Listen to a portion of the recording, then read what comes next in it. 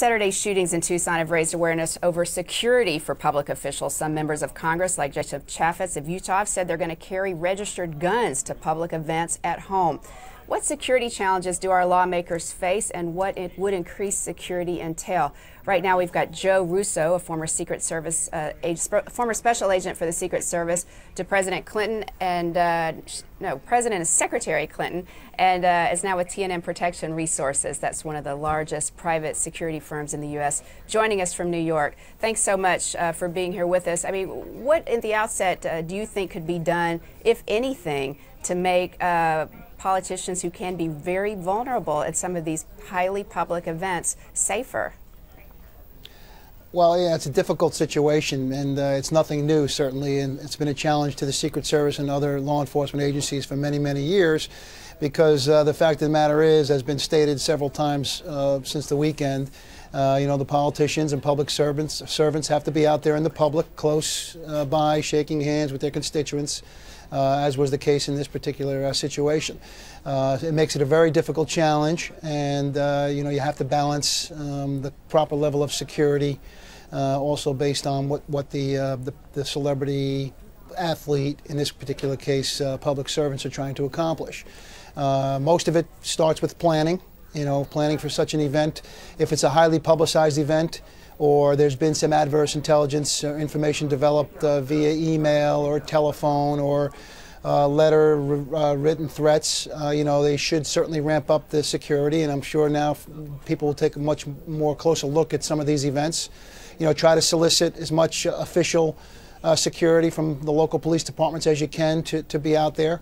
And will that act as a deterrent? Well, I think, you know, we've learned over the years that there has been some documented situations where a potential assailant has decided against carrying out his plan because he came up to a location where much security was evident. So it certainly could be deterrent. That being said, when you have somebody with very bad intentions, who has, obviously in this case, some mental instability, has easy access to weapons and excessive amount of ammunition, that deterrent might not come into play because he's willing to give up his life, and he may just walk right into that situation. So it is a very, very difficult situation to plan for, and at the same time there are some basic steps you can take when planning these events.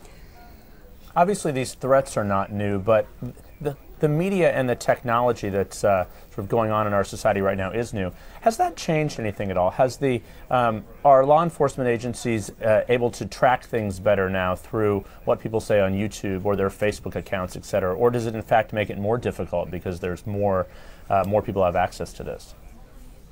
That's a great question. Actually, it's both. I mean, you know, you have so many more avenues now where people can put out their opinion or send their threat, or, you know, via email, Facebook, Twitter, telephone, still a good way, you know, regular mailings. So it becomes much more difficult for law enforcement to deal with it because of the volume of the threat, you know, because of the media. And then secondly, it does actually assist in certainly trying to determine who the people are, where they're coming from. You know, when it comes to technology, you know, you're able to track a lot more of this stuff, although the volume of it has become so much greater.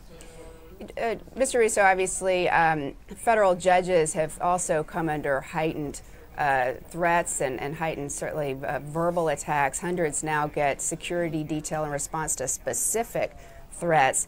How do you evaluate, I mean, as now going forward when we're looking to how we may change things or may not, how do you evaluate when a threat actually merits that kind of detail? When does a threat become a real threat that you need to take action?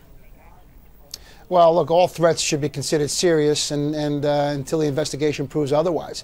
You know, for the past 7 years, I've been in the private sector with TNM Protection Resources, and I run the Executive Protection Group. And every day, we are assessing for many of our clients the risk situation, and then taking the proper steps and proper levels to mitigate those threats and risks.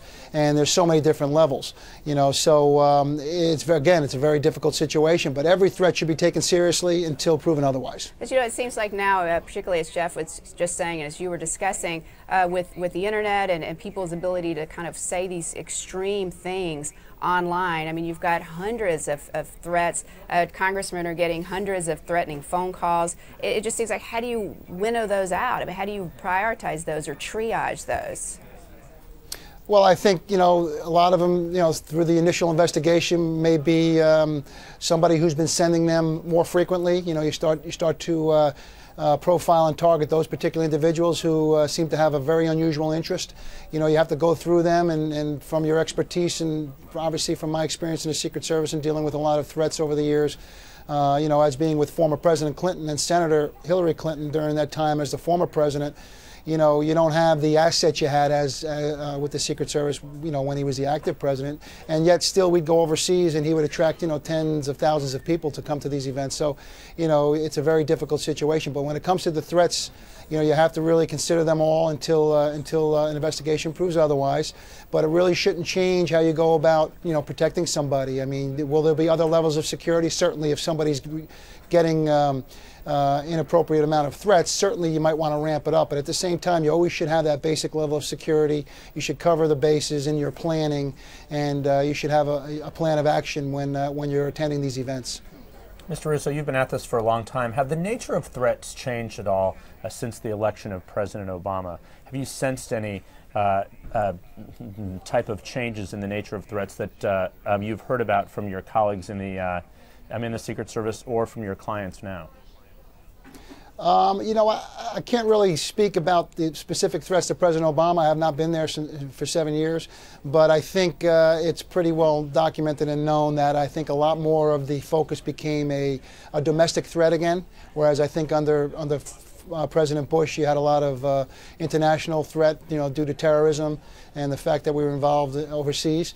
But I think once President Obama was elected, they started to focus a lot more on a lot of domestic threats early on. I'm not quite sure now, what the situation is, but a threat's a threat, and no matter where it's coming from, no matter where the source is, it has to be taken seriously, has to be investigated as best you can.